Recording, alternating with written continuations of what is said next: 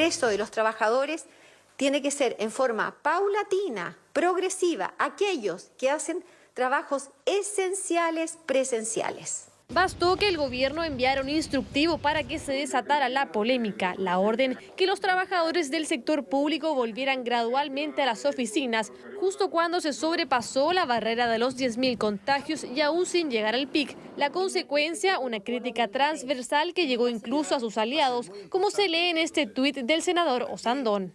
Proyectar la imagen de gobierno eficiente, capaz de reactivar la economía rápidamente y a la vez controlar el COVID-19 con el fin de aparecer como un país modelo, puede tener altos costos para los ciudadanos. Por eso es importante que haya quedado expresamente establecido que los trabajadores mayores de 70 años, que las trabajadoras embarazadas y que aquellos trabajadores con enfermedades de riesgo o de base van a mantenerse trabajando desde sus hogares a través del teletrabajo. Si de molestia se trata con la medida, es cosa de escuchar a los distintos representantes del sector público.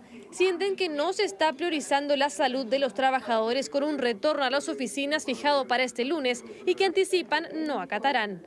Que ha incurrido en el error grave, irresponsable, con ese descriterio y criminal por lo demás, que apunta a que se instale la normalidad y vuelvan a retornar al trabajo las y los funcionarios públicos. La señal que se está dando entonces, creemos nosotros, que no es solamente hacia el sector público, sino que es también avalar con esta práctica las malas prácticas que han tenido los empleadores privados que hoy día a toda costa quieren retomar las funciones y retomar la productividad.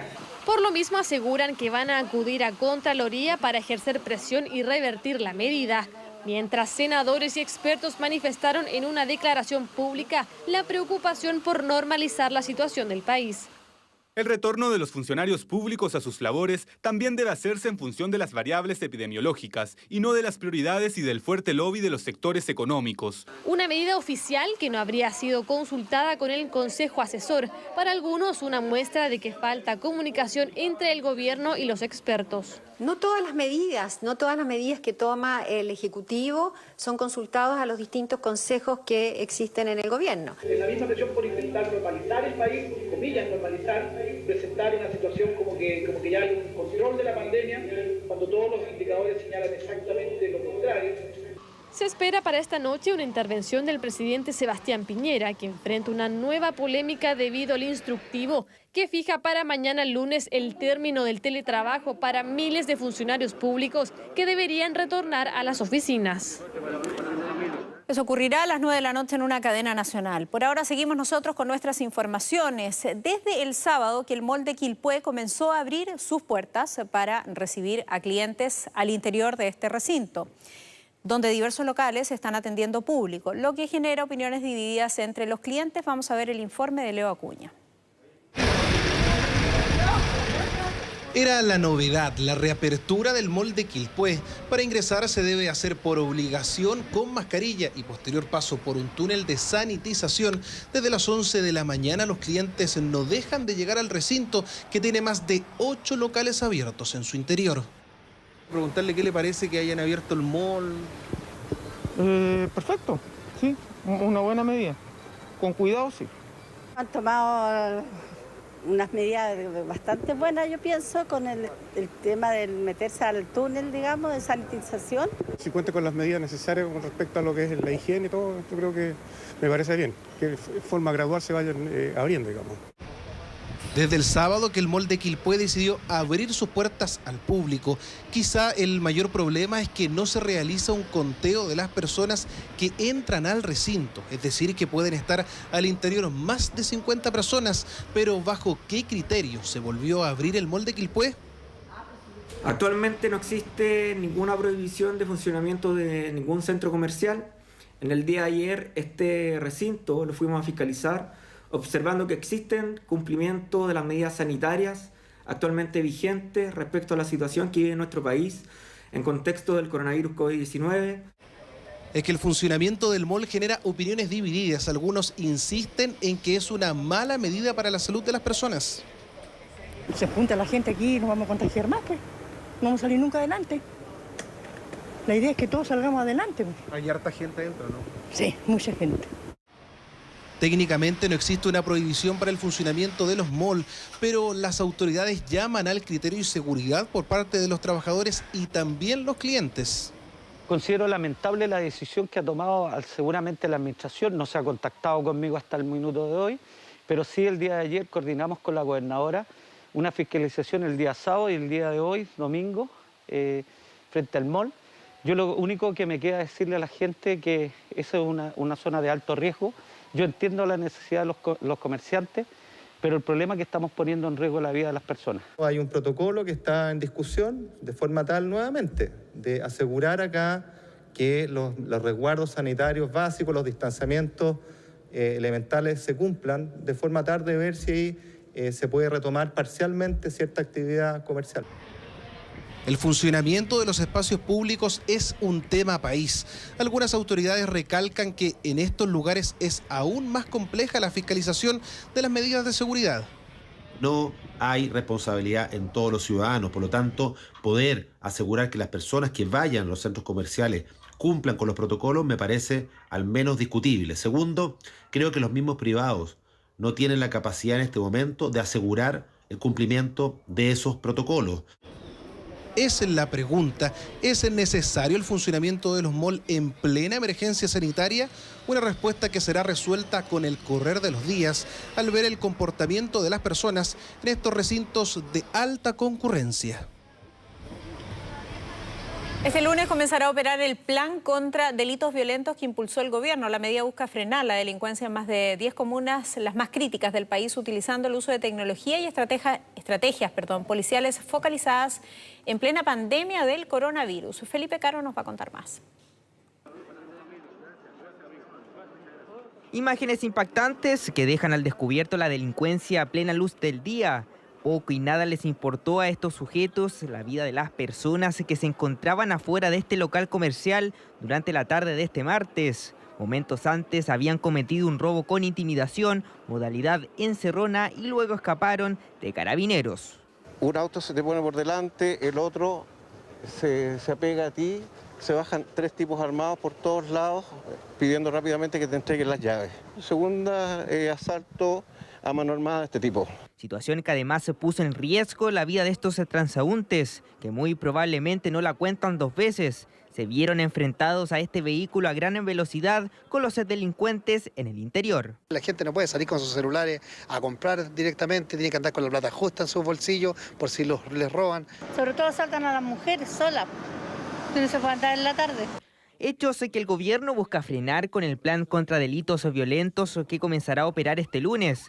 La medida busca aumentar los servicios policiales focalizados en las comunas más críticas y así tratar de frenar el robo con intimidación, que ha sido más recurrente durante el último mes. La instalación de cámaras de seguridad, pórticos que alerten hechos delictivos y un trabajo mancomunado entre Carabineros, la PDI y las fiscalías son parte de los anuncios. A pesar de que hemos tenido apoyo de la PDI y se ha visto una mayor presencia policial, sigue siendo insuficiente para que de alguna manera podamos dar término y tratar de capturar a todas estas bandas que están azotando en nuestra comuna. Hay un delito, que es el robo con intimidación y el robo con violencia, que han ido en aumento. Es por eso que se están tomando desde la Subsecretaría de Prevención del Delito distintas medidas. Primero, se le va a entregar al municipio 31 cámaras de televigilancia. Se acaban de instalar 2 pórticos, lectores de patente con cámara. Plan que también involucra a comunas del norte del país en términos de seguridad y orden público. En Antofagasta continúan los incidentes en plena pandemia del coronavirus, enfrentamientos entre fuerzas especiales de Carabineros y manifestantes que han dejado civiles y funcionarios policiales lesionados. La variación de los actos delictuales en nuestra comuna es superior al año pasado y esto tiene relación también de cómo es el estallido social. Por eso yo celebro esta iniciativa de cómo se están revisando hoy día los focos delictuales. Es la mejor forma, la más eficiente, la más idónea para poder atacar los actos de delincuencia. Los delitos están siendo más violentos. Tal vez justamente es porque los delincuentes tienen hoy día menos oportunidades. Hay menos centros comerciales abiertos, hay menos gente en la calle y efectivamente están ellos, entre comillas, aprovechando su oportunidad y haciendo esos asaltos mucho más violentos. Delincuencia que preocupa a las autoridades en medio de la pandemia del coronavirus. Pese a que el tránsito de personas ha disminuido en las calles, algo que no ha sido impedimento para los delincuentes.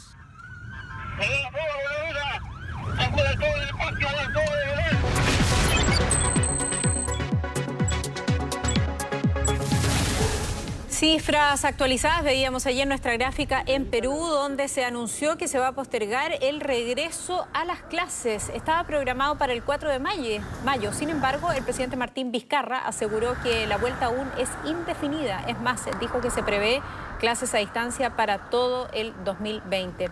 La idea es ayudar a las zonas rurales de la nación y evitar también aglomeraciones, al considerar que las clases se conforman por 30 a 40 alumnos, donde es muy difícil, ¿no?, mantener la distancia social. Aparte de eso, Vizcarra anunció que se van a adquirir 840 tablets para que los estudiantes en situación de pobreza y en zonas rurales tengan acceso a educación virtual. Esto como parte de un plan de inyección de más de 600 millones de soles para reducir la brecha digital en educación. Según el último balance, además lo revisábamos recién, de la Universidad Johns Hopkins, Perú tiene 15.628 contagiados y 400 fallecidos. Usan aplicativos para llevar clases virtuales. Pero ¿cómo ven? Iniciativas para combatir el coronavirus se han multiplicado en el último tiempo en nuestro país. Se trata de medidas de sanitización que han sido adoptadas en otros rincones del planeta y que hoy están siendo ejecutadas aquí en Chile. Hablamos de pórticos, desinfectantes o limpieza en el transporte público. Algunas de las acciones que los alcaldes han promovido en sus respectivas comunas. Veamos el detalle en el informe de Catalina Miranda. Túneles sanitizadores, lavamanos portátiles, desinfección profunda del transporte público. Son algunas de las medidas de seguridad que autoridades están implementando en distintas comunas del país. No son un incentivo para que la gente rompa su cuarentena preventiva, sino una garantía para aquellos que deben salir a hacer un trámite urgente, asistir a sus trabajos de forma presencial o abastecerse de alimentos. Un escenario similar a lo que se vive en otros países del mundo, quienes de la mano de la tecnología han implementado el uso de drones para desinfectar sus calles y sensores térmicos. En Chile estos mecanismos de sanitización se han puesto en marcha. En La Reina, por ejemplo, ya se instalaron pórticos de limpieza y lavamanos portátiles en las entradas de sus ferias libres. Ahora estamos probando con esta entrada, estamos viendo cuál es la reacción de los vecinos, es muy positiva, todos prácticamente han valorado muchísimo el túnel, el lavado de manos. Yo por lo menos en la casa tengo un adulto mayor, mi mamá tiene 92 años, entonces a ella yo siempre estoy sanitizando los pisos, el lavado de manos frecuente. La idea es que antes de ingresar a comprar, los usuarios pasen por el túnel, se laven las manos y compren lo que necesitan. Luego, antes de irse, volver a repetir el proceso para evitar llevar el virus hasta sus hogares. Pero quien también se ha puesto a la vanguardia con la sanitización es el municipio de Santiago, el mismo que este domingo gestionó una limpieza vehicular profunda para más de 200 taxistas. Todos los días tenía la precaución de lavarlo, echarle alcohol, echarle cloro y pasar un paño húmedo con cloros. Lo hacía 2 o 3 veces en el día. Extraordinario, porque uno no tiene de repente los medios ni la información cómo hacerlo. Y que se esté dando esto para nosotros que somos taxistas, que transportamos mucha gente durante el día, es buenísimo. Con amonio cuaternario por fuera y gasosono, sus vehículos fueron sanitizados. Una desinfección que dura aproximadamente 10 días y que en esta oportunidad fue totalmente gratuita, al igual que los elementos de desinfección que fueron entregados a los conductores para que sigan manteniendo la limpieza de sus fuentes de trabajo.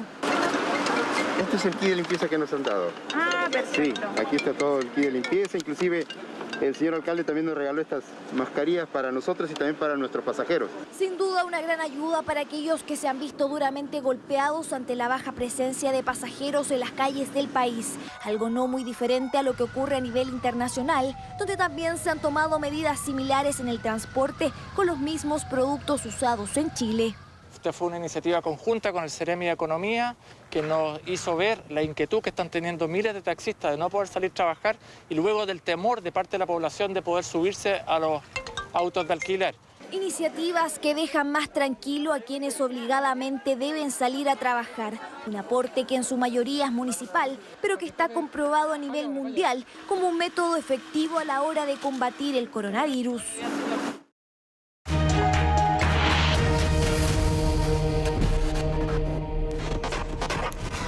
Lo estamos mostrando hace ya varias semanas, chilenos en distintas partes del extranjero que están viviendo verdaderos dramas. Aquellos que no pueden volver a nuestro país piden ayuda, una pronta respuesta de parte del gobierno para retornar hasta Chile. Varios se están quedando sin recursos. En primera instancia vine acá a Colombia a visitar a mi hija, la cual no la veía hace más de un año. Por todo el tema del COVID-19 me encuentro varado. Llevamos un mes intentando golpear las puertas del gobierno para que nos ayude y podamos regresar a Chile. Están en Colombia, no pueden regresar a Chile. Son cerca de 300 personas y tras un mes de la explosión del coronavirus ya no saben qué hacer para volver a nuestro país. Es el drama de distintos compatriotas y residentes extranjeros desesperados. A través de una campaña con fotografías buscan ayuda de la Cancillería. Sus pasajes fueron cancelados. A través del Twitter oficial de la Embajada se informó de un vuelo que está gestionando la aerolínea Viva Air Colombia para algunos de los 300 varados en distintas ciudades. Un detalle, tendrán que costear los pasajes. Una situación que a poco más de un mes de la llegada de la pandemia a nuestro continente complica a varios. El dinero es escaso y las soluciones pocas. Consultamos a Cancillería por casos como los de estos compatriotas, pero no quisieron referirse al tema. Otra complicación es la cancelación de vuelos. El viaje impuesto por la aerolínea colombiana será para 176 personas, previa inscripción y un pago de más de 400.000 pesos. Mi hijo posee discapacidad y toma medicamentos controlados y permanentes. Tenemos personas enfermas que están en tratamientos permanentes y ya no tienen dinero para sus medicinas. En conjunto no hemos recibido ningún tipo de ayuda del gobierno ni de los consulados. Situaciones como la de ellos no son un caso aislado. Lamentablemente, en la India también se viven los estragos del virus. Y ahí hay más de 50 chilenos que no pueden regresar. Somos más de 50 compatriotas en la misma situación. Estamos frente a una pandemia mundial y la infraestructura de este país no da abasto. Nuestros vuelos han sido cancelados. No tenemos opción de salir del país. El aeropuerto está cerrado. Otro de los países que sufre con los contagios por COVID-19 y que, al igual que el resto del mundo, busca soluciones para los extranjeros que se encuentran en su territorio. Por favor, Cancillería, Gobierno de Chile, Consulado, aerolíneas, quien sea, pónganse la mano en el corazón y ayúdenos a volver a casa. En República Dominicana también hay residentes en Chile que viajaron a ver a familiares y no pueden volver. A través de mensajes y apoyos de famosos han dado a conocer su caso. Ya estamos más de un mes en esta situación y ningún bolsillo aguanta. Es decir, ya estamos endeudados en Chile, ahora tenemos que endeudarnos en el extranjero. Ojalá que se solucione, que las autoridades puedan hacer algo por nosotras, que nos devuelvan a nuestro país con nuestros seres queridos. Algunos tendrán que esperar por vuelos humanitarios que no tienen fecha de salida. Nuestras aerolíneas lo único que hacen es cancelar el vuelo, negar el reembolso de dinero. La aerolínea no me ha respondido, me ha cancelado el vuelo, no me responde. No quiere endosarme el pasaje para irme con otra aerolínea. Situación compleja para todos los compatriotas que están en el extranjero y que, producto del coronavirus, luchan por volver a nuestro país. 150.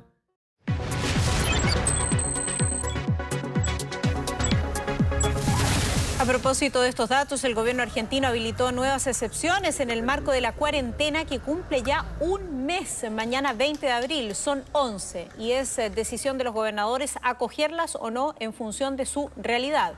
Algunas de ellas son establecimientos que desarrollen actividades de cobranza de servicios e impuestos, oficinas de renta de las provincias, atención médica y odontológica programada y seguimiento de enfermedades crónicas, ópticas también con sistema de turno previo y establecimientos para la atención de personas víctimas de violencia de género. Se refiere, por supuesto, a la apertura de todos estos servicios. Desde que el gobierno de Alberto Fernández decretara cuarentena obligatoria en ese país el pasado viernes 20 de marzo, ya se han registrado 21 femicidios en cuanto a las cifras de víctimas de la pandemia. Este domingo se confirmaron 2 fallecidos y 102 casos nuevos de contagio.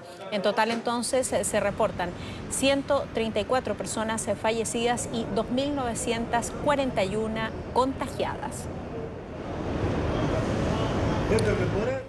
Seremos pioneros en el mundo en entregar un carnet de alta de COVID-19. El anuncio ha causado gran incertidumbre y posturas cruzadas también entre los expertos. El gobierno y la propia Organización Mundial de la Salud desde esta última han pedido prudencia respecto a medidas como la que va a entrar en vigor mañana lunes en Chile. Pablo Tapia nos va a explicar a quiénes se le entrega y cómo llega este carnet de alta. 4.338 personas se han recuperado a nivel nacional del COVID-19, lo que según los expertos y la experiencia internacional no significa que este grupo no se vuelva a contagiar ni vaya a volver a propagar la enfermedad.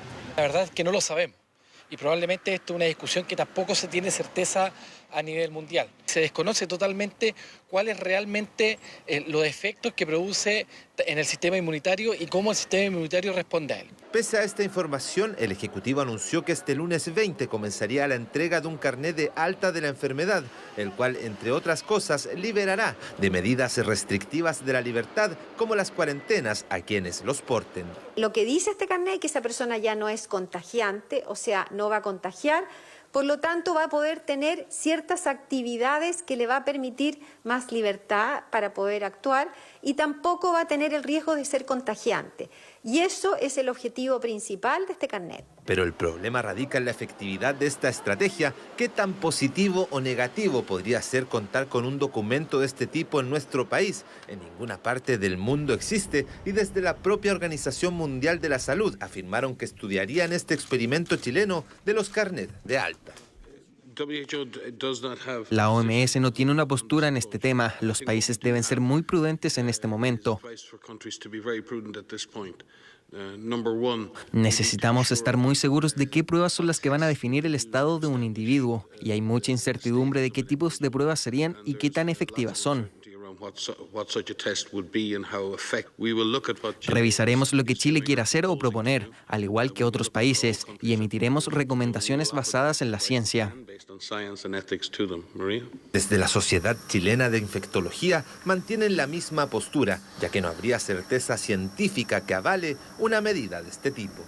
En este momento está todo el mundo científico literalmente tratando de responder esta pregunta. Hay personas que se les ha repetido la PCR y se ha visto que efectivamente ya no hay virus después del día 10, del día 8 en algunos casos, pero hay otras que se les ha repetido después del día 21 o 28 y sigue habiendo. Por lo tanto, es muy difícil asumir que todos, un poco por decreto, a los 14 días de las personas que se han enfermado y que han tenido síntomas van a estar no transmitiendo la enfermedad. La argumentación no es del todo sólida. El mundo científico intenta dilucidar la incertidumbre, pero lo concreto es que desde este lunes Chile se matricula como el primer país del mundo en comenzar la entrega de un carnet de alta para el COVID-19. Una alza significativa tuvo el gabinete del presidente, siendo por primera vez el mejor evaluado Sebastián Sichel, quien es ministro de Desarrollo Social. También sube la aprobación del ministro de Hacienda, Ignacio Briones, y así también del ministro de Obras Públicas, justo cuando se debate el efecto económico que tiene esta pandemia. Veamos el informe de Antonia Kohler. Están en cada paso, en cada decisión tomada por el gobierno frente a la pandemia. El gabinete subió su aprobación y alcanzó un 25%, cifra que no conseguía desde octubre en la encuesta Plaza Pública CADEM. Los ministros que más suben tienen algún rol específico asociado a la crisis del COVID. Ahora, una vez que se supera esta crisis, puede tender, ¿cierto?, a volver a los niveles que estábamos mostrando anteriormente. Y además también su exposición te obliga a cuidarte de los errores. Esta semana casi todos los ministros suben su aprobación. El ministro de Desarrollo y Familia, Sebastián Sichel, lidera el alza, sube 15 puntos y alcanza 58% de aprobación. Le sigue Ignacio Briones de la cartera de Hacienda con un 52%. Números positivos para todos a excepción del ministro de Educación, Raúl Figueroa, quien baja 6 puntos, llegando al 23%, siendo el peor evaluado.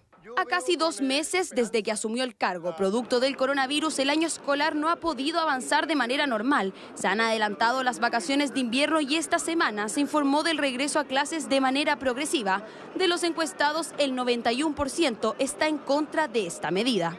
Por una parte, la aprobación de los ministros está explicada por el alza en general de la aprobación del gobierno.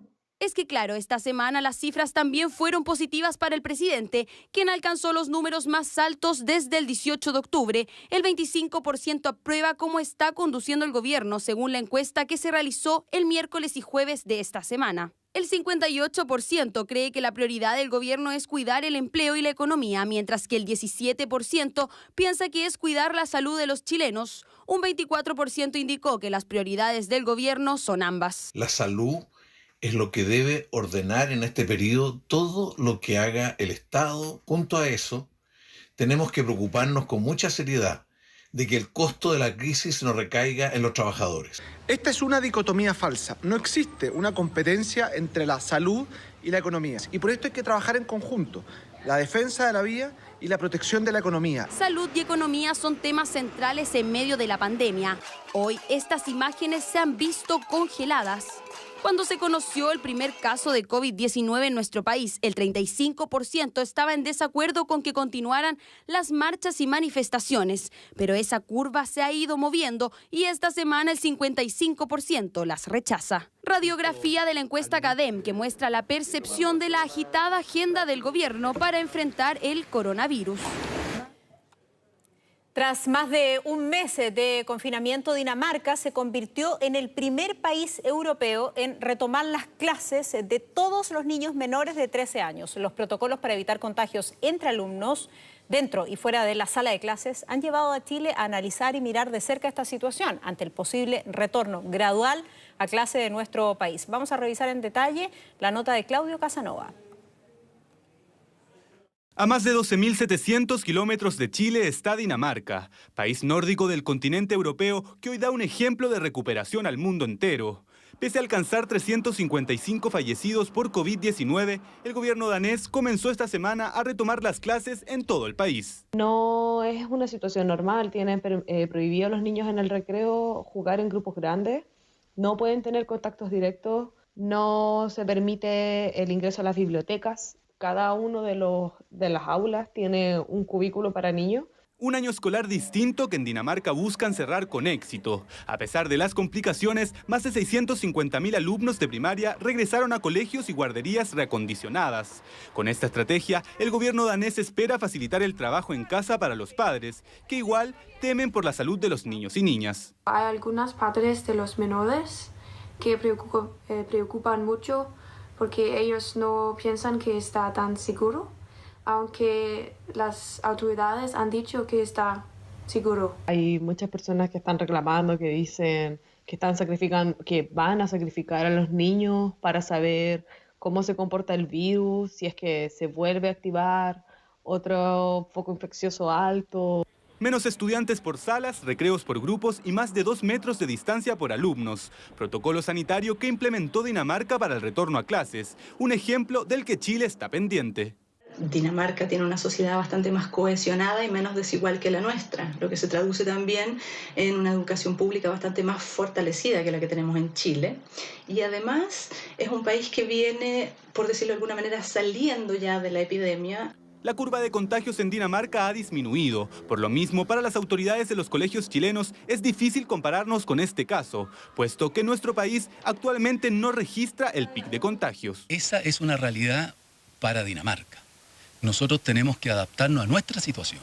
Es decir, nuestra realidad difiere de aquella y sin perjuicio de mirarla, no podemos pretender replicarla. En Chile la posibilidad de dividir en 2 los cursos, como se ha dicho como una de las medidas, en no más de 20 estudiantes. Hay muchos colegios donde eso es absolutamente imposible, porque ya las salas están todas ocupadas y los colegios funcionan a full capacidad. Tomar, por ejemplo, países como Dinamarca, que están anticipando su retorno a los colegios, no lo vemos como un ejemplo a seguir, pues aún no sabemos las consecuencias que eso traerá. Dinamarca, con su regreso gradual a clases, busca retomar un poco la normalidad y de paso pone los ojos del mundo en sus aulas. Chile no es la excepción y ya se mira con atención la experiencia nórdica para tratar en mediano plazo que los escolares vuelvan a los colegios, con protocolos que impidan la aparición de brotes de contagio.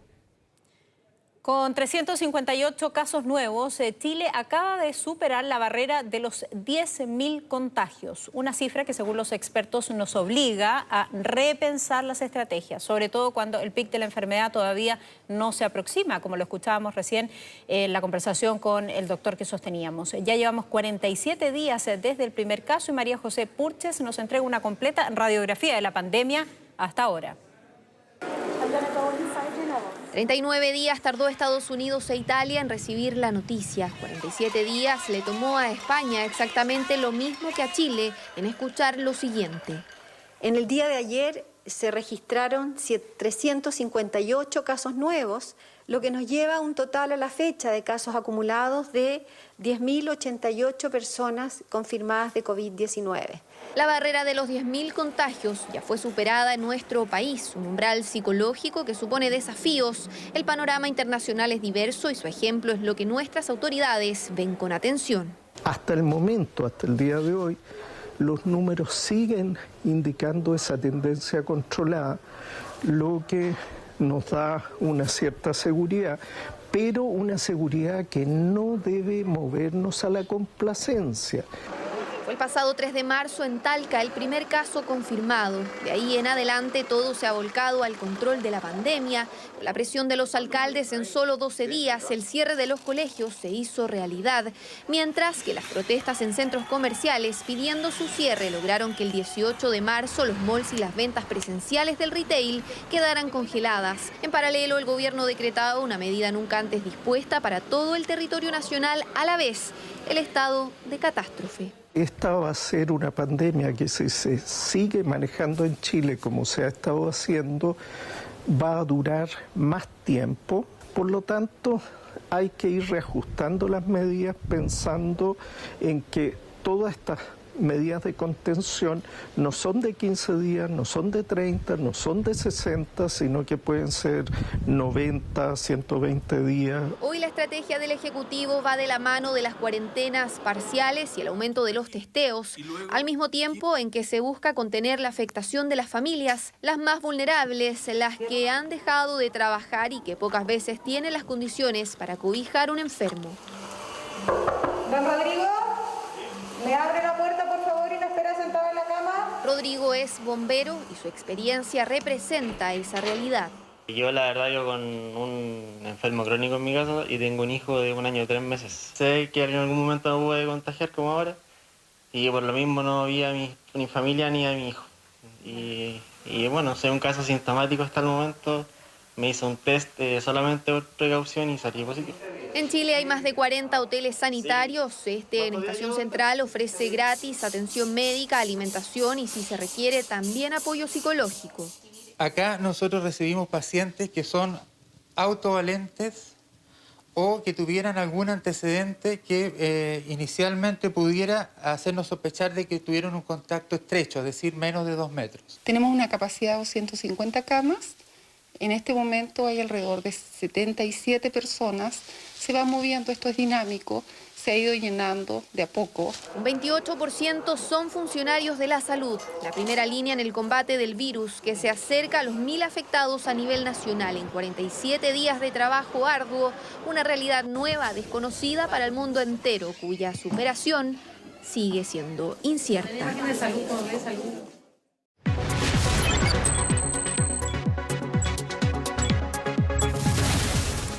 El presidente de Brasil, Jair Bolsonaro, convocó este domingo a manifestantes que, rompiendo la cuarentena debido al nuevo coronavirus, protestaron para que se levantaran las restricciones sanitarias. El mandatario insiste en minimizar los efectos del virus, a pesar de que es el país con las cifras más altas de fallecidos y contagiados en Latinoamérica. Natasha Kennard nos va a entregar un panorama. Este es el Brasil escéptico de la pandemia, cuyo líder es el presidente Jair Bolsonaro. Sin distancia social, mascarillas ni ningún tipo de resguardo, cerca de 600 brasileños, entre ellos niños y ancianos, celebraron la llegada del mandatario con el que se reunieron con un solo fin: exigir el levantamiento de las cuarentenas. Esa pelea por empezar a abrir el comercio es un riesgo que yo corro. Si se agrava, eso cae en mi regazo. Pero yo pienso, y mucha gente que está tomando conciencia de ello, que hay que abrir. Bolsonaro ha minimizado una y otra vez los efectos del coronavirus, catalogándolo de gripecita, promueve las aglomeraciones y reabrir el comercio. Ayer, en una transmisión en vivo, insistió en que no hay que acobardarse del virus y que las consecuencias del desempleo es lo que va a matar a las personas. No estoy defendiendo la economía, estoy defendiendo los empleos. Pero más allá de lo que piense o quiera Bolsonaro, son los gobernadores quienes definen las restricciones y hacen todo lo contrario al Ejecutivo, como por ejemplo el gobernador de Sao Paulo, el estado más crítico del país, cuya cuarentena se prolongó. Trabajamos con una tasa de ocupación entre el 95 y 100%.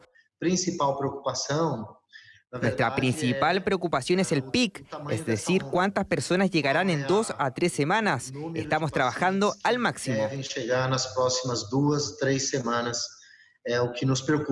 Río de Janeiro también enfrenta grandes desafíos. Esta es Rosina, la favela más grande de Brasil, comunidad pobre y densamente poblada, afectada por la baja tasa de testeos para detectar el virus. De los 15 países más golpeados por la enfermedad, este es el que hace menos exámenes. Hay bastante riesgo de expansión en la comunidad porque las pruebas que hemos hecho aquí, entre 40 y 50% son positivas. Es por eso que esta ONG ofrece ayuda a la población con pruebas gratuitas y sanitización de exteriores. La gobernación extendió la cuarentena y obligó desde hoy el uso obligatorio de mascarillas en espacios públicos. El gobierno solo hará pruebas a quienes estén realmente muy mal. Si solo haces test a los más graves, no puedes monitorear el virus, no puedes crear estrategias realmente efectivas. Estrategias que habrá que ver qué caminos siguen. Hace 2 días asumió el nuevo ministro de Salud, el oncólogo Nelson Teich, luego de que Bolsonaro despidiera a Luis Enrique Mandetta, ex autoridad que contaba con más del 70% de aprobación por su gestión en la crisis, al impulsar el confinamiento y otras restricciones sanitarias muy contrarias a la del mandatario. Por ahora, un Brasil dividido. Así continuaron las protestas pro-Bolsonaro y anticonfinamiento por las calles del país, mientras en el cementerio de Vila Formosa, el más grande de América Latina, se utilizan excavadoras para abrir mayor número de fosas.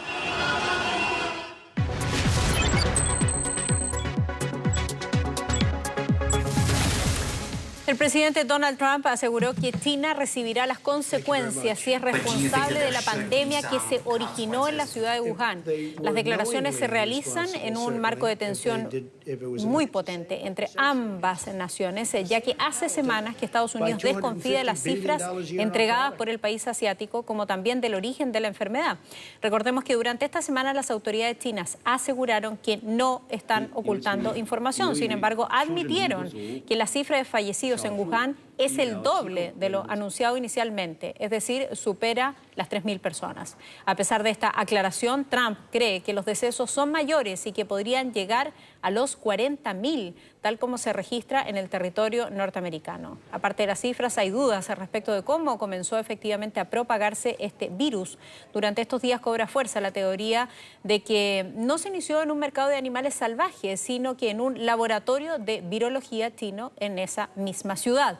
Tras estas acusaciones, un miembro del laboratorio chino señalado como posible fuente del coronavirus aseguró que es imposible, descartando toda responsabilidad en este eventual hecho. Vamos a escuchar parte de las declaraciones del mandatario estadounidense. Desde luego que sí, tenían conocimiento. Si fue un error es un error. Pero si eran conscientes, responsables, entonces sí, debería tener consecuencias. Estamos hablando, como sabes, potencialmente de un número de vidas que nadie ha visto desde 1917. Ante un eventual regreso gradual de los chilenos a sus actividades, preocupan las medidas de protección para trabajadores y estudiantes. Tomamos contacto nuevamente con el doctor Rodrigo Blamey, infectólogo de la Clínica Las Condes, para conversar sobre este tema y otros también. Doctor, nuevamente buenas noches. Muchas gracias por su tiempo. Buenas noches, Soledad. Partamos por este enunciado, ¿no? Gran polémica a propósito del regreso gradual de los funcionarios públicos que ha informado el gobierno. Más allá de esa polémica puntual, lo que sí estamos viendo, usted también le habrá tocado verlo, ¿no? Es mayor cantidad de personas en las calles, menos comunas en cuarentena, tanto en la región metropolitana como a nivel nacional, y por lo tanto mayor actividad. ¿Cómo debemos afrontar esa mayor actividad en esta nueva normalidad con medidas de seguridad sanitaria que son imprescindibles, ¿no?, para evitar la propagación? Sí, el enfrentamiento, yo creo que debemos tomar en cuenta todos los lineamientos que se han entregado de diversas sociedades científicas y autoridades ministeriales, en que el distanciamiento, la higiene de manos, el uso de mascarilla para la interacción con otras personas Yo creo que aquí la información que se tiene de la epidemia es crucial para saber si se pueden relajar las medidas de mitigación y contención que se habían tomado. Sabemos que hay muchos casos que son poco sintomáticos, no vamos a tener nunca el diagnóstico completo de los casos enfermos, tenemos solamente una muestra que son aquellos que consultan, que tienen síntomas más importantes y por lo tanto es muy importante que el país avance en los estudios serológicos para saber en realidad cuánto porcentaje de la población de cada comuna ha sido afectado por esta pandemia y en base a eso, a encuestas serológicas poblacionales, probablemente poder relajar algunas medidas de mitigación. Conversábamos hace algunos momentos también respecto de estas cifras, ¿no? De primero superar los 10.000 contagios, establecer el número de fallecidos ya, que ha ido aumentando con el tiempo. Y le preguntaba yo si debiésemos esperar que las cifras vayan aumentando y si realmente estamos frente a un cierto aplanamiento de esta curva. Usted me explicaba que cuando comenzamos con esto, en marzo, el panorama era bastante distinto porque se ha ido corriendo, ¿no?, el proceso de la enfermedad debido al aprendizaje que hemos tenido de otros lugares como Europa y Estados Unidos. Así es, y la verdad es que con la experiencia que hemos tenido de las medidas de mitigación implementadas, yo creo que podemos pronosticar que esta curva de aumento lineal y no exponencial se va a mantener en el tiempo, pero para hacer mejores pronósticos necesitamos más datos, necesitamos información, por ejemplo, de dónde se están haciendo los test que se realizan, porque hoy día veía cifras ministeriales que alrededor del 40% de los test están realizados en el sistema privado y sabemos nosotros que de la población chilena solo un 20-25% pertenece al sector privado de salud y el resto es público. Por lo tanto, es muy importante. Los promedios son un poquito mentirosos porque ocultan realidades muy heterogéneas y obviamente a mí me preocuparía saber cuántos test se están haciendo en la décima, en la undécima región, en lugares donde no tenemos muchos casos diagnosticados. Claro. ¿Es porque no se están haciendo test o porque se están haciendo y no hay infectados? Tiene toda la razón. Además, me imagino que usted es partidario de aumentar ese número de test, ¿no? Pareciera, y según la evidencia científica también, otra forma de prevenir este virus es testear la mayor cantidad de población posible para entender dónde están los contagiados. No es solamente testear, sino que además, obviamente, aislar a los contagiados, sí, claro, y hacer cuarentena a los contactos directos. Aquí el diagnóstico, el saber dónde están los casos y, obviamente, evitar que estos casos contagien al resto de la población es una estrategia fundamental para la contención de la epidemia. Ya, o sea, eso es algo extremadamente relevante y debiesen ir por allí entonces las políticas, además del cuidado y las precauciones que usted ya nos indicaba al respecto. Nos quedamos entonces con esa conversación y con esos datos tan interesantes que nos ha entregado, doctor. Muchísimas gracias nuevamente por su tiempo. Ok, buenas noches, Soledad. Muy buenas noches. Vamos a cambiar radicalmente de tema. La música presentó su propio Dream Team, ¿no?, para ir en ayuda de los médicos que combaten el coronavirus. Grandes artistas lo vieron, me imagino, ¿no?, como los Rolling Stones, por ejemplo. Aportaron con su talento en un inédito concierto organizado por la OMS y básicamente también, digámoslo, ¿no?, por Lady Gaga.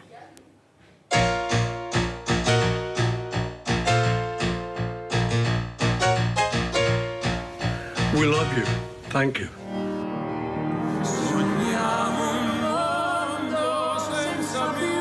Grandes de la música, constelación de estrellas, llámelo como quiera. Lo importante es que así como la NBA tiene su Dream Team, la escena musical formó su propio equipo soñado para unir las voces por una causa solidaria. La Organización Mundial de la Salud y la ONG Global Citizens crearon el festival One World. Formaron una selección de lujo para realizar un recital inédito vía streaming que contó con artistas de talla mundial como Paul McCartney, Stevie Wonder, Eddie Vedder, Elton John, entre otros músicos. La idea principal fue recaudar fondos que se destinarán al personal médico que lucha contra esta pandemia.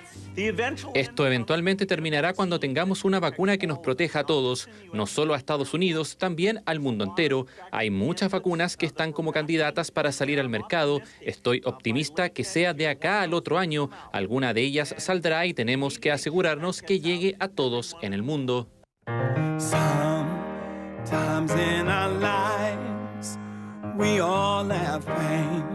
Stevie Wonder no podía faltar, su talento siempre ha estado a disposición de las causas sociales. Así como él, la legendaria banda británica Rolling Stone sorprendió con uno de sus clásicos, sincronizados, cada uno en su confinamiento.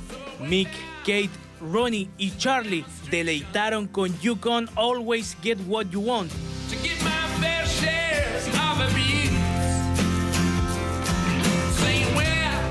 El show estuvo dividido en dos bloques, el primero con 6 horas de música llevado a través de Facebook, Twitter y YouTube, mientras que más tarde un concierto de 2 horas realizado por estrellas internacionales, televisado y con presentadores muy conocidos en Norteamérica. Tenemos que estar seguros que los gobiernos alrededor del mundo den un paso adelante y entreguen todas las herramientas necesarias a los trabajadores de la salud, con los fondos y apoyos que requieran. Hoy nos tenemos que levantar como un único país y asegurarnos de pelear contra esta enfermedad, para que nunca más nos vuelva a pasar algo como esto. Con la expansión del COVID-19 alrededor del mundo, estamos estimando que el 91% de los niños estarán sin ir a los colegios. Los niños más marginales y los más pobres que viven en áreas difíciles son aquellos que sufrirán más con esto. Más de 100 músicos y artistas brindaron un espectáculo sin precedentes, un show solidario para aquellos que día a día combaten el brote del coronavirus. El confinamiento esta vez se pudo sobrellevar en casa con acompañantes de lujo.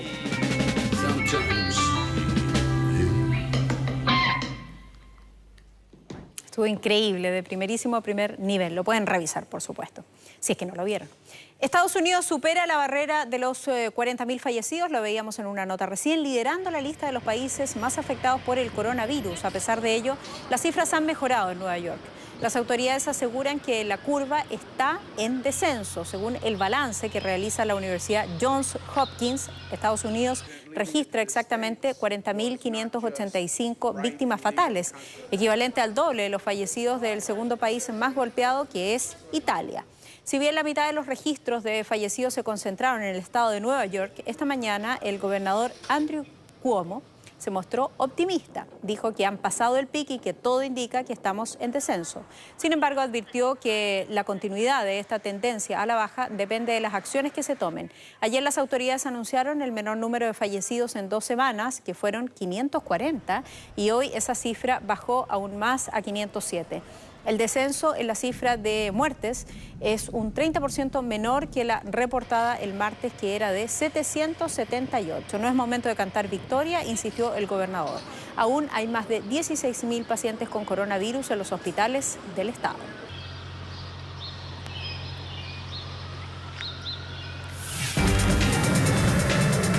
Mega Noticias, reportajes.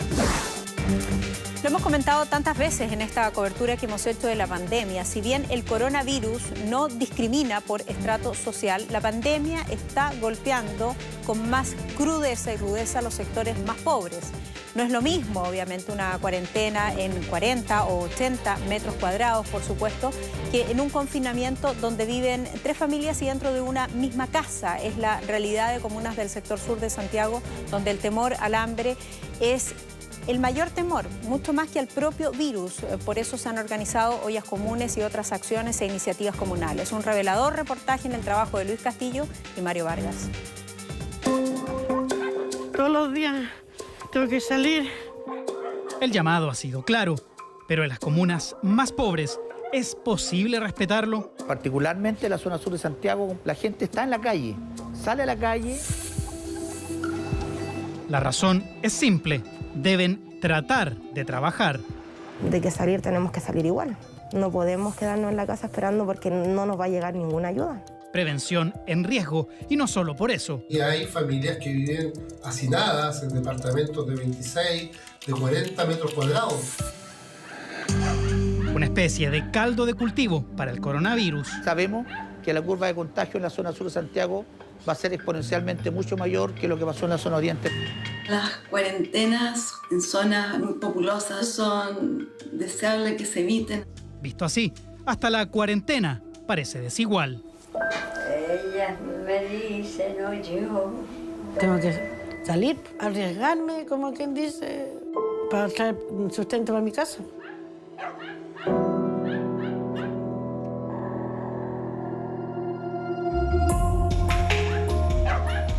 Todos los días tengo que salir, pero así ando corriendo. Aló, ¿te traigo la beterraga? Ya. ¿Te la mando? Ya. Ella es una vecina que me compra todos los días también. Es su rutina diaria. Y así me llevo todos los días. Es informal, pero para ella es su trabajo. Gracias a él, obtiene casi el único ingreso de su hogar. Para mí, para mi familia, pues.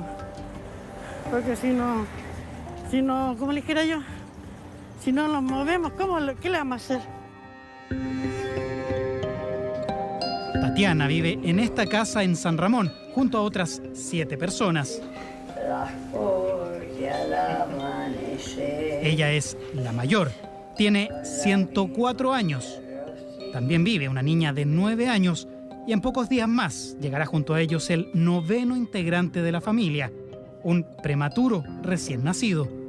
Al interior el espacio no es mucho, pero se las arreglan.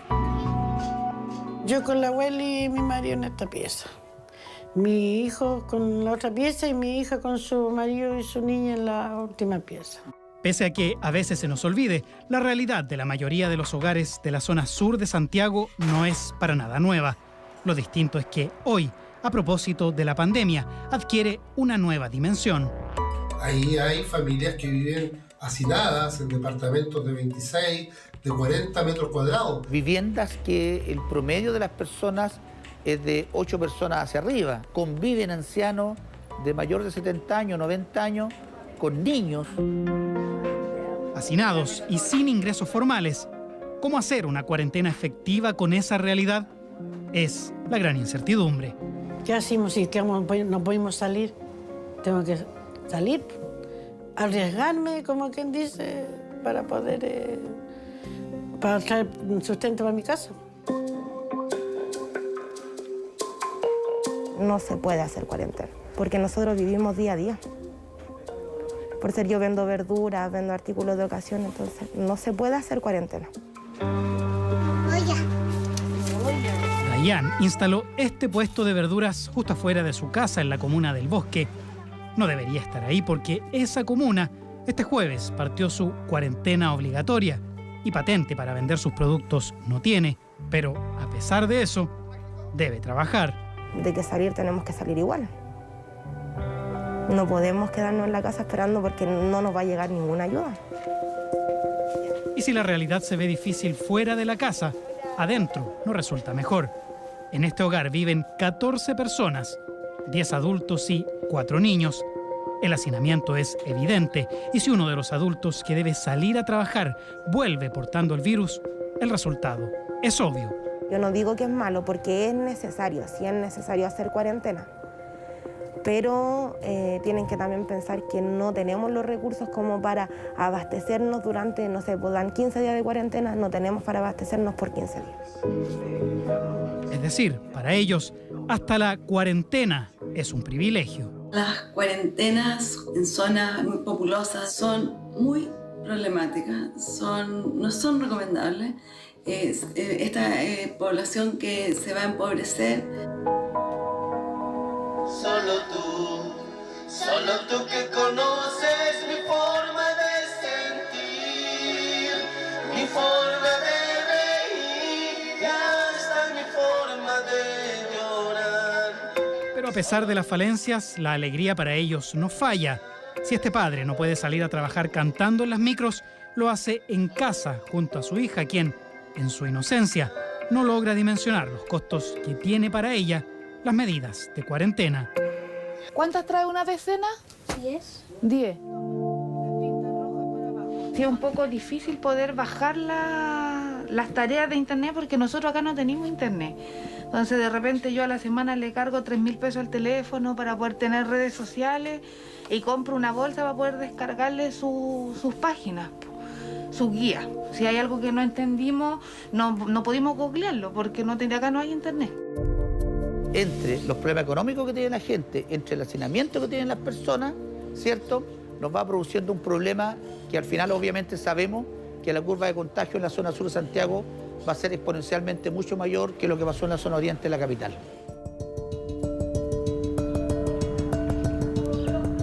Estamos rallando la zanahoria, las chiquillas están picando la cebolla para empezar el sofrito y después para empezar a armar los porotitos. La olla es grande porque debe alcanzar para muchas familias en Puente Alto. Allí, la situación llegó a tal punto que a través de estas ollas solidarias, la municipalidad está yendo en ayuda de quienes, producto de la cuarentena, no han podido trabajar ni generar dinero. Lo que hemos hecho en el municipio es comenzar entregando el apoyo a 2.000 familias, cerca de 10.000 personas, para que puedan tener la alimentación diaria con un buen equilibrio nutritivo. Quienes cocinan son voluntarias, dirigentes sociales que conocen bien la realidad del sector. Aquí hay gente que está sin trabajo, adultos mayores que viven solos. Tenemos gente que le llevamos el almuerzo a sus niños porque sus mamás tienen que estar haciendo la cuarentena en otras comunas. Así viven hoy los sectores más pobres de Puente Alto. La zona poniente de la comuna lleva poco más de una semana en cuarentena. Estos almuerzos ayudan a aliviar, al menos en parte, el principal temor producto de la pandemia. Más allá del miedo al virus, yo creo que el miedo al no tener para comer. Es una arista más que evidencia la desigualdad ante la cuarentena. Quizás para la gente que sí es pudiente es fácil quedarse en casa porque tiene, pero para nosotros es complicado quedarnos en la casa, al menos para mí, porque yo todos los días tengo que salir a buscar el sustento. Para el Barrio Alto la gente no está tan complicada porque ellos tienen asegurado su cuarentena, tienen asegurado su comida, qué sé yo. Pero nosotros no, la gente que es pobre realmente no. El problema es que el riesgo en los sectores más vulnerables de Santiago crece cada día. Los indicadores muestran que el contagio se está moviendo justo hacia esos lugares. Y es ahí donde realmente vamos a saber cuánto podemos contener la epidemia o si vamos a tener que ir tomando medidas más fuertes como cuarentenar más comunas, etc. Y es ahí donde aparecen voces disidentes. En estas poblaciones lo mejor es lo que se ha llamado cuarentena centralizada, que en Wuhan tuvo un éxito impresionante en lograr quebrar la epidemia. Esto es que las personas que se enferman son llevadas a un albergue y en estos lugares va a estar la persona protegida por personal de salud, cuidada y alimentada, por lo que dura su periodo infeccioso. Quizá esa sería una medida más eficiente para evitar encerrar a ese 26% de los chilenos que viven de ingresos informales y, por lo general, hacinados en sus hogares. Al establecer una cuarentena, tiene que haber, a mi juicio, obligatoriamente una remuneración efectuada por el gobierno, una remuneración por la emergencia sanitaria. Que se le asigne un ingreso mínimo de emergencia por el tiempo que dure la cuarentena.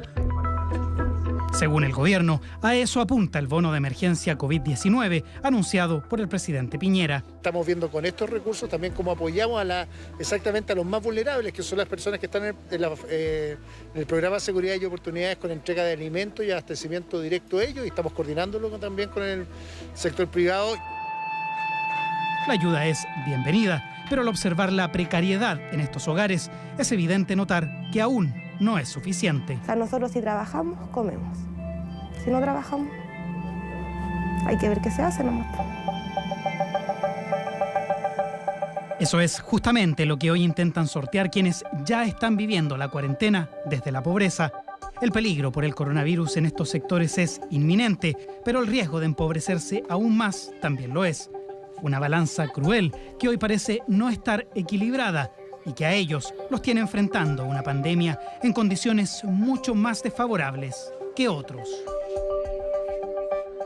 Puntos centrales, ¿no?, de esta locución, y vamos a destacar los principales. Lo primero, que es una novedad, es que obviamente ya no se iba a retornar a clase el 27 de abril como se había propuesto desde el comienzo de la pandemia. El gobierno ya había dicho que estaba evaluando cada una de las medidas. No hay una fecha puntual, pero sí ha dicho ya el presidente que esto se posterga hasta el mes de mayo.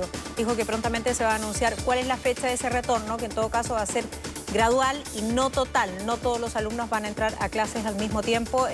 La autoridad además ya había adelantado, ¿no?, que iba a ir aplicando criterios tal como se establecen las cuarentenas para el retorno a clases paulatino de los alumnos. Reiteramos entonces, se posterga para el mes de mayo el retorno de los estudiantes a clases, ya descartando totalmente, como había sido la semana pasada, esta fecha inicial que se había calendarizado del 27 de abril. Les reitero entonces, plan gradual de retorno a clases, ya postergado absolutamente para el mes de mayo. Hay otros datos bien interesantes acerca del manejo de la pandemia y de la crisis sanitaria. Los respiradores o ventiladores mecánicos, de lo cual tanto se ha hablado y tanta preocupación hay. Lo más novedoso dicho por el presidente es que a la fecha hay 570 respiradores mecánicos que están disponibles para atender las necesidades de quienes los necesiten en los establecimientos de salud que están habilitados, ¿no? En todas las regiones de Chile y con las medidas ya tomadas, el número de ventiladores mecánicos, ha dicho también, irá aumentando con el tiempo. Algo importante, hoy dice el presidente, tenemos 745 pacientes con respiradores mecánicos por otras enfermedades distintas a COVID-19 y 312 pacientes con respiradores. Habló también y defendió su posición y la posición del gobierno respecto de la reincorporación de los empleados públicos, también de manera gradual hasta sus lugares de trabajo. Ha dicho que se han tomado todas las medidas necesarias sanitarias y que esto ocurre porque es esencial para muchísimos chilenos que dependen sus distintas actividades y trámites precisamente del Estado y que requieren de ese apoyo. Parte fundamental de los anuncios que hace el presidente, pero la vocera de gobierno, Carla Rubilar, habla de lo siguiente, dice: lamentablemente hay una equivocación en el número de fallecidos en cadena nacional. Es un error de tipeo que sentimos muchísimo, son 133 personas que han perdido la vida y nos duele profundamente cada uno de ellos y el sentir de sus familias. Pedimos disculpas por esto. Esto es a propósito de que el presidente nombra 113 personas como fallecidas, ¿no?, cuando hace un recuento de lo que ha pasado en términos sanitarios.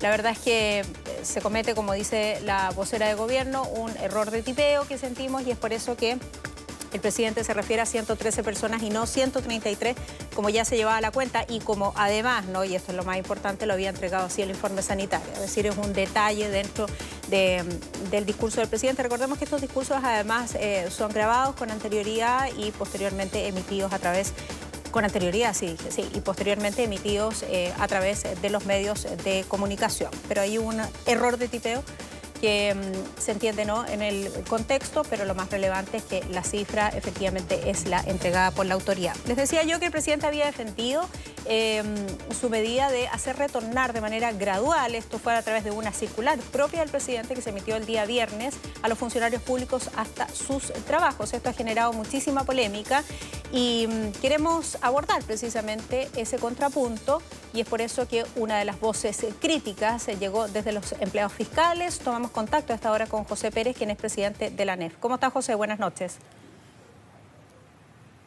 Hola, buenas noches, Soledad. Te gusta saludarte. Igualmente, muchas gracias por su tiempo, José. Voy a citar textualmente al presidente, quien habla de que es necesario la reincorporación de los trabajadores porque son esenciales para quienes más lo necesitan, reiterando entonces las palabras que ya habíamos escuchado tanto a su ministro del Interior como al ministro de Hacienda. Efectivamente, ustedes como agrupación entienden que son esenciales esos trabajadores para la cantidad de trámites que requieren hacer muchos millones de chilenos en nuestro país.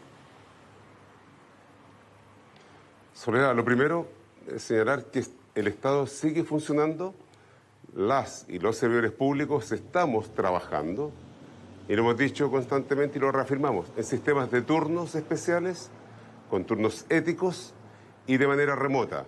Nos vinculamos con nuestros servicios públicos para atender a esos chilenos y chilenas. Todos los días, hoy domingo, hay funcionarios y funcionarias de turno. Así como también está en la primera línea, los compañeros y compañeras de la salud, están también en el otro andamiaje del sector público. La vocación de servidores públicos está presente. Por citar algunos ejemplos, FONASA está trabajando en atención a los chilenos y chilenas. Registro Civil, CENAME, Gendarmería de Chile, Dirección de Aeronáutica, Aduana, Cernapesca, por nombrar algunos. El IPS, donde se pagan los bonos, también hay turnos especiales, con la complicación que significa frente a la pandemia que estamos viendo. Por eso queremos desmitificar y no entrar en polémica, porque el foco está justamente en cuidarnos. Hay una campaña nacional que dice quédate en tu casa. hay un grupo de funcionarios que puede quedarse en su casa realizando trabajo remoto, pero vinculado, atendiendo y coordinando, como hemos señalado siempre en el momento uno, cuando este decreto o esta circular fue impuesta y no dialogada, que es lo que nosotros salimos a criticar, porque se hizo de espalda a los trabajadores y trabajadoras. Lo mismo con lo que estamos escuchando con materias... Sí. No, lo escucho, si quiere termine la idea. Sí, mira, es que quiero referirme también a un punto que nosotros tenemos una posición sindical frente a este proyecto de ley. En general, el tema del teletrabajo a nosotros nos interesa y la historia que tiene la ANES es primero abordemos la precariedad contractual que tiene hoy día el Estado. El 75% tiene contratos que se renuevan al año. Y cuando te despiden arbitrariamente, esas personas sean sin ninguna indemnización y ningún seguro de cesantía porque somos funcionarios del Estado. Y hay un porcentaje, más de 10.000 personas en el sector de administración central y mucho más en municipios y en salud en calidad honoraria. Por lo tanto, nos interesaría abordar esos temas que son potentes, estructurales, para atender mejor a los chilenos y chilenas, porque le da continuidad a las políticas públicas. Lo mismo nos pasa con la circular número 15, que hizo un ajuste presupuestario. A los servicios hoy día nos congelaron todo lo que significan aquellos procesos naturales de relaciones de desarrollo laboral y procesos que tienen que ver con la atención de los chilenos y chilenas. Obviamente que se resiente también esa atención que el presidente señala. Entonces invitamos también que eso se haga con y las trabajadoras. Perfecto. Y en particular con todos los gremios del sector público en la mesa. ¿Te fijas? José, ¿qué porcentaje de los trabajadores o funcionarios públicos hoy día no está ejerciendo sus funciones a propósito de este llamado a quedarse en casa? O, le hago la pregunta al contrario, ¿cuántos funcionarios debiesen retornar en forma gradual? ¿Qué porcentaje del total de empleados públicos? Por eso quiero insistir, Soledad, el porcentaje, hoy día estamos todos trabajando. Unos están en sistemas permanentes, presenciales, y otros de manera remota. Y eso, decimos de manera remota. El teletrabajo no es un concepto que hemos acuñado. Lo entiendo, de manera remota. De manera remota hay servicios como el propio servicio. Voy a poner el servicio de don Alejandro Weber. El 90% de sus profesionales hacen un trabajo de manera remota porque se lo permiten los sistemas, pero son con insumos personales. Son con inversión personal, con tiempo personal de sobrecarga y entendiendo, como hoy dice el Contralor General de la República, aplica una buena política estatal y una buena práctica laboral. Tú puedes permitir que esa persona excepcionalmente estén en la casa, no porque quieran disfrutar esa estadía. Además hay 3 veces una carga adicional con los niños en la casa, con las niñas, el cuidado de adultos, de menores, por lo tanto, no es una cosa así como que estamos descubriendo una forma habitual. ¿Te fijas? Es un estado excepcional frente a la pandemia mundial. José, el propio ministro de Salud, Jaime Mañalich, dice lo mínimo que se puede pedir a los trabajadores del Estado es un esfuerzo. Ha dicho también que el teletrabajo, es muy ineficiente específicamente en el sector de salud. Y pone un punto central que también defendía recién el presidente, que el retorno será gradual. No es que todos los funcionarios vayan a volver de una vez, sino que esto se va a ir haciendo de manera gradual, eso dice la circular, durante un mes. Sí, mira, frente a la expresión del ministro de Salud nos gustaría abordar aquellos temas estructurales que hoy día refleja y muestra esa precariedad en el estado de los servicios que no son responsabilidad de los funcionarios y funcionarias, son parte de las malas políticas públicas.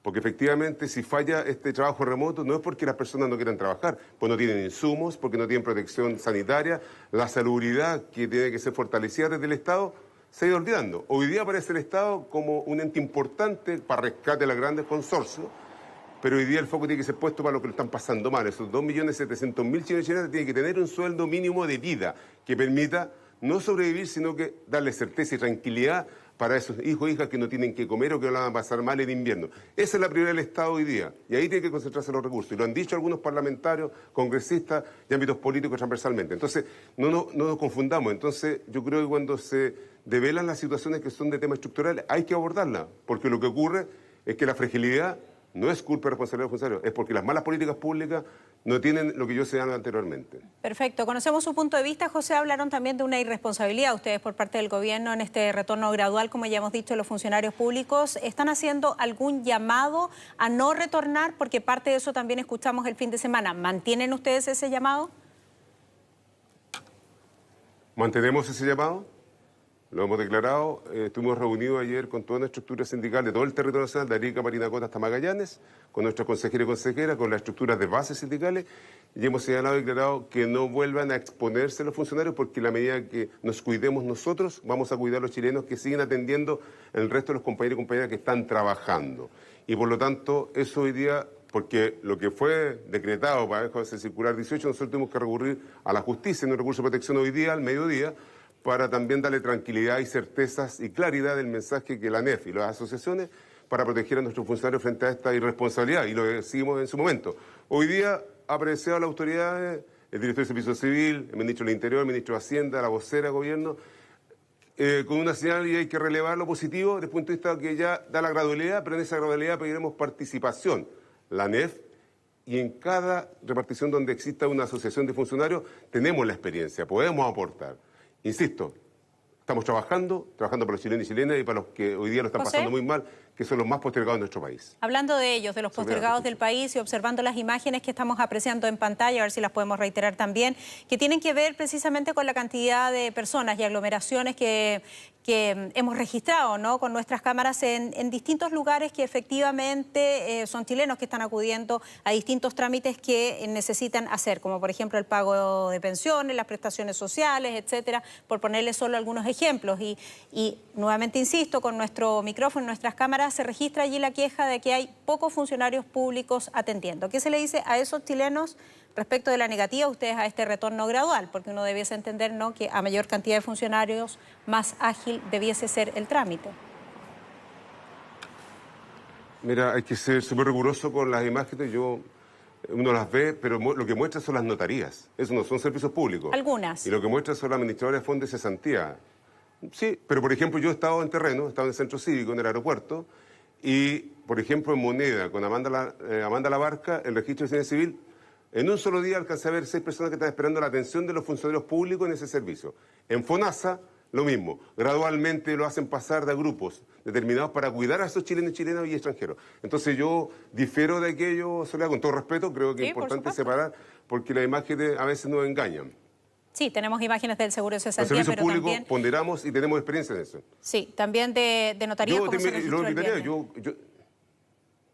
Es que no son servicios públicos, por eso yo hago la distinción. Sí, le estaba terminando. Los demás servicios estamos. Sí. La Contraloría está cerrada, no atiende, por ejemplo, está cerrada, pero dentro están conectados virtualmente. Y se abrió un portal especial para ingresar los documentos de manera electrónica, por ejemplo. Por lo tanto, no está detenido el servicio público. Sí. Entonces, y relevo al FONASA, relevo al CENAME, que están los 250.000 niños de manera directa y directa que cuida el Estado, futuros chilenos y chilenas. Y ahí está haciendo el trabajo en turno de 12 horas, con riesgo a niños y niñas que a muchas personas no les interesan. Sí, José, solo para terminar la oración y que esto no quede inconcluso, efectivamente, durante el día viernes registramos imágenes en notarías, también hemos registrado durante la semana en el cobro de seguro de cesantía, que no tienen que ver con actividades del Estado, pero lo que estábamos mostrando acá tenía que ver con una fila en registro civil, efectivamente, que es un organismo que sí le pertenece al Estado. Bueno, en todo caso nos quedamos aquí con la polémica, nos ha interesado tener su opinión al respecto y también el llamado que ustedes están haciendo. No queremos polemizar, Soledad, disculpe, no queremos polemizar.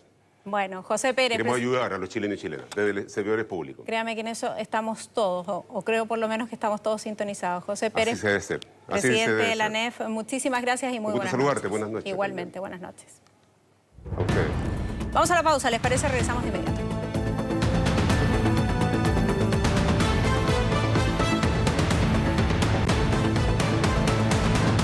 Muy importante, les quiero recordar que a partir de las 10 de la noche o 22 horas, Mega, nuestro canal, está autorizado para emitir programas para mayores de 18 años. Esta es una disposición legal muy relevante.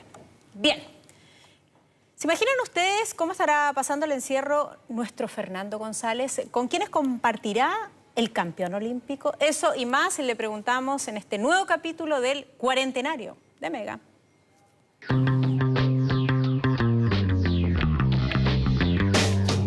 En el Cuarentenario de hoy, un ganador de tomo y lomo, 11 títulos ATP, pero hoy día el título más importante. Fue papá hace muy poco. Felicitaciones, Fernando González. Muchas gracias, un placer conversar contigo. ¿Cuánto tiempo llevas en cuarentena? 4 semanas y media. Tomé una parte en Argentina y la otra parte la sigo acá. Así que estamos aquí responsablemente bien guardados. ¿Cuál es la red social que más estás ocupando? WhatsApp, Instagram, Twitter. 3 artistas que no pueden faltar en el playlist de Fernando González. A ver, los Beatles, los 3, los Bunkers. ¿Con quién hablas más? Con mis padres. Les muestro a Félix, a mi hijo, chochean. ¿El confinamiento te ha servido para realizar labores de padre? ¿Cambias pañales, Fernando González? Cambio pañales, doy la papa, los baño, pero con mi pareja solo no me atrevo, pero sí estoy cocinando, estamos solos, cocinando, lavando los platos, haciendo aseo, ahí nos vamos turnando. De las labores del aseo, honestamente, ¿cuál es la más latera? Hacer la cama. Hacer la cama, soy es lo más fácil. No, prefiero lavar los platos, ver eso más, que quedo con la espalda un poquito sentida porque está un poco más abajo. ¿Cuál es tu especialidad en la cocina? No tengo especialidad, ahí vamos. Mi pareja me dice que me queda súper bien, yo creo que es para que siga cocinando. ¿Qué te queda bien? No, le meto 2 cebollas. Soy cebollero. Ahí es un ceviche de atún. Qué rico. Ahí tengo unos pollos guardados, carne de soja. Oye, ¿y qué es lo que más comes? Todo. No sé, hoy día todo, ¿qué es lo que más como? Lo que me pongan. Soy súper dulcero y eso me cuesta mucho. No sé, las tostadas a la mañana son increíbles, un poco de fruta. Pero ¿qué es lo que más como? Yo creo que dije la verdad al tiro todo. y muchas veces mucho. Fuiste muy honesto, me encanta eso. Querido Mano de Piedra, si estuvieses jugando un partido en contra del coronavirus, ¿qué le aplicarías? Yo creo que lo que estamos haciendo tiempo, ganar tiempo, tenerlo harto rato en la cancha viendo la mejor forma de solucionar. Ser un poco agresivo, un ataque puede ser peligroso, también ser muy defensivo, uno se puede dormir. Entonces creo que es importante ir ahí esperando y buscando la oportunidad para poder derrotar. Recomiéndanos una serie. Apache, la de Carlos Tevez. El estilo de vida, dónde ha llegado, cómo ha salido. Realmente a mí me llegó, es de las que más me ha gustado. Si estuvieras pasando la cuarentena con Nicolás Mazú, ¿cómo sería eso? Uy, ha pasado harto tiempo. Quizás hace unos 10-15 años atrás he sido el desorden máximo. Pero yo creo que lo estaríamos pasando súper bien. Hay con una piscola en las manos. Obvio. Fernando, si abrieran una ventana y te dijeran, se acabó la cuarentena solo para un partido, ¿con quién lo jugarías ahora? Con Djokovic. Si pierdo con Djokovic, se gana. Pero estaría difícil, estamos fuera de forma. Un excelente partido el que acabamos de jugar. Un abrazo muy grande, eres un grande como siempre. Gracias, Fernando González. Muchas gracias a ustedes. También. Chao.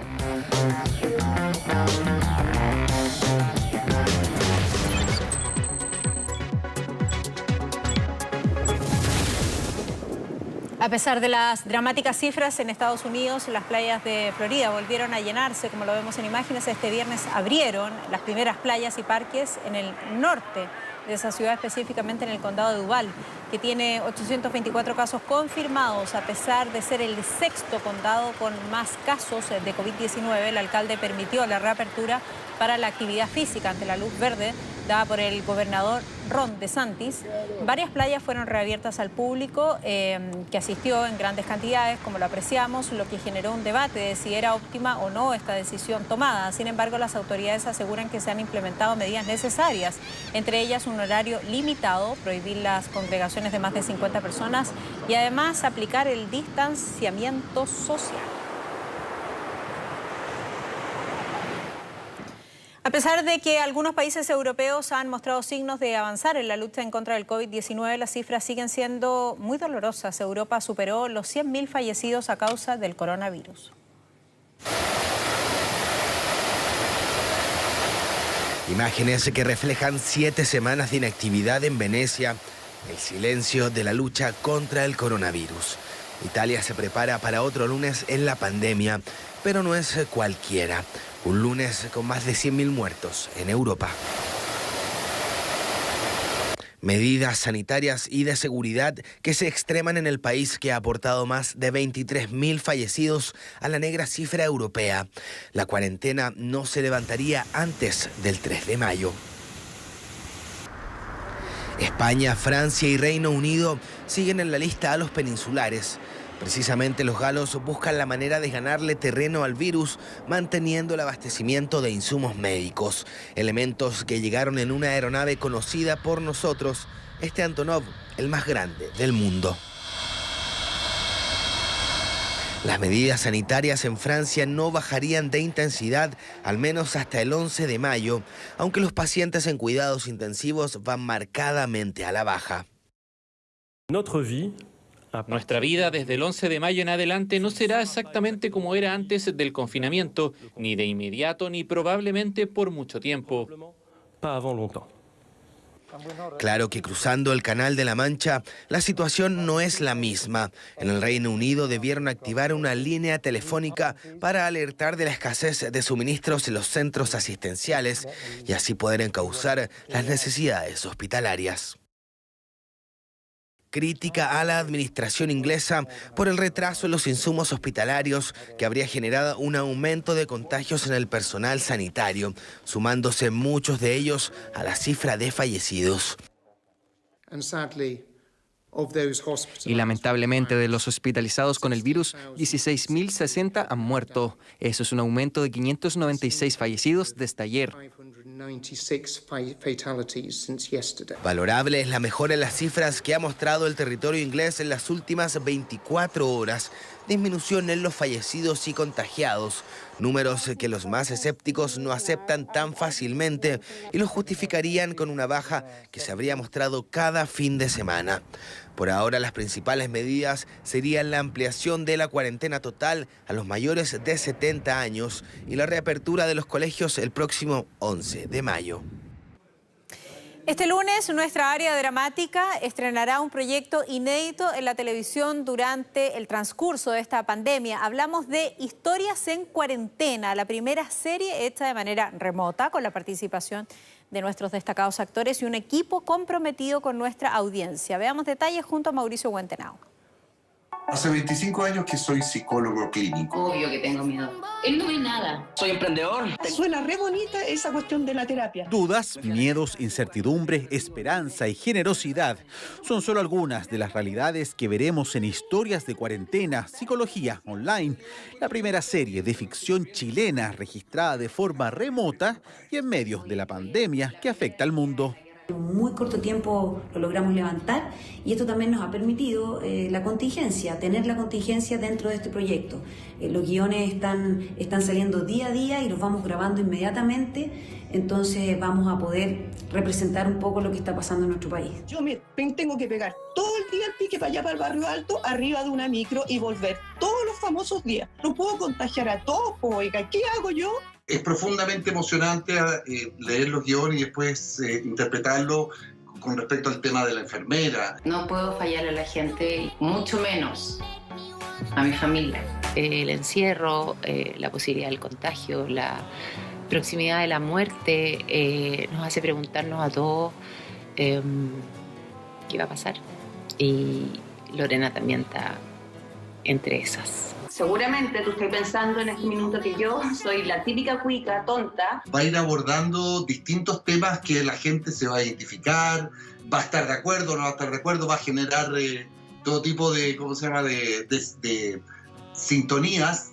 Les cayó del cielo para encerrarnos. Estamos peor que nunca. En términos generales ha sido un viaje muy alucinante, una aventura llena de riesgos, pero que nos tiene muy motivados porque de alguna manera al menos estamos intentando seguir en contacto con nuestra audiencia, contando sus historias, escuchándolos en definitiva. Esto va a pasar y que ahí en Mega, en Historias de Cuarentena, tienen un rinconcito de cariño para verse y después para discutir en familia y además para recibirnos a nosotros. Historias de Cuarentena, Psicología Online, desde este lunes, después de 100 días para enamorarse. Historias de Cuarentena, Psicología Online. La invitación ya está cursada para todos ustedes. Bien, la estrella portuguesa de la Juventus, Cristiano Ronaldo, obviamente ha desatado varias críticas tras celebrar un cumpleaños. Como lo vemos aquí en imágenes, se trata de la sobrina del futbolista, Alicia Aveiro, hija de su hermano mayor. En el video que circula en redes sociales se ve entonces al ex jugador del Real Madrid compartiendo con toda su familia, algo común y tradicional, pero el problema es que en pleno brote de coronavirus el deportista no se ve respetando lo que se ha solicitado, la distancia social y menos los periodos de cuarentena. Recordemos que CR7 llegó a Portugal para pasar el periodo sin actividad en su país. El problema es que ese lugar de Europa ha superado los 20.000 contagios y tiene más de 700 personas fallecidas. Para muchos una irresponsabilidad por parte de Cristiano Ronaldo.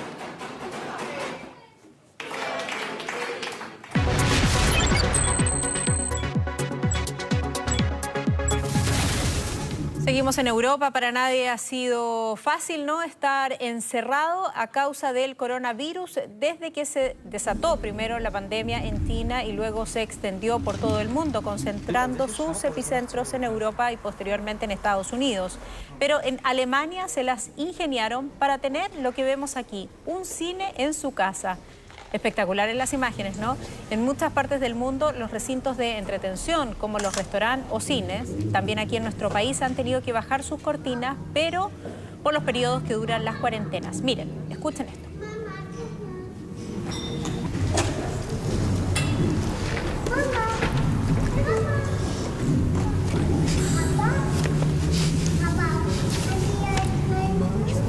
Muy bonito, están observando una película. Hay algunos entonces que se las han ingeniado y arreglado para intentar no perder esa hermosa costumbre, quiero decir, de la entretención. Estas son imágenes que nos llegan desde Berlín, en Alemania, donde un grupo de residentes de este conjunto habitacional decidió entonces realizar una proyección de cine en los muros de los edificios. Lo titularon Cinema de Berlín en su patio y los afortunados vecinos entonces pudieron disfrutar del film Las alas del deseo.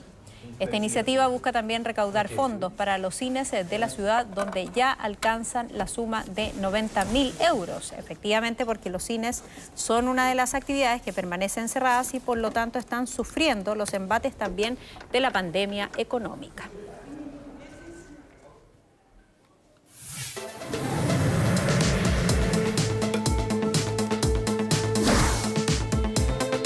Muchísima atención, este dato útil les puede servir porque ya comenzó el pago del bono COVID-19. Esto comenzó a fines de la semana pasada. Este es un aporte económico que se va a entregar a cerca de 2,7 millones de personas según han contabilizado las autoridades.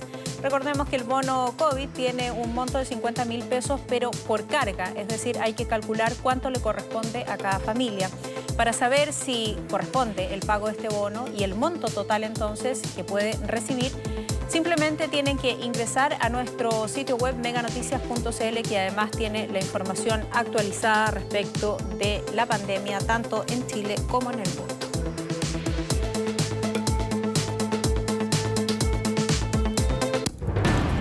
Ya nos estamos despidiendo, reiterando en todo caso y sintetizando las palabras del presidente de la República, quien hoy día en cadena nacional afirma y reitera entonces que el regreso a clases ya no será posible el día 27 de abril. Ha anunciado que será durante el mes de mayo.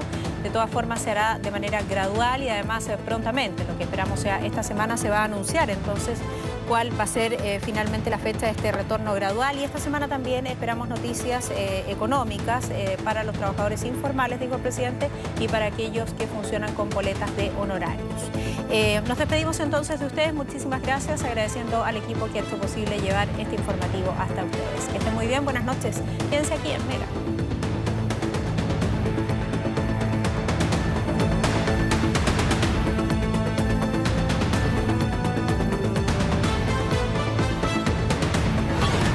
Mega Noticias Prime.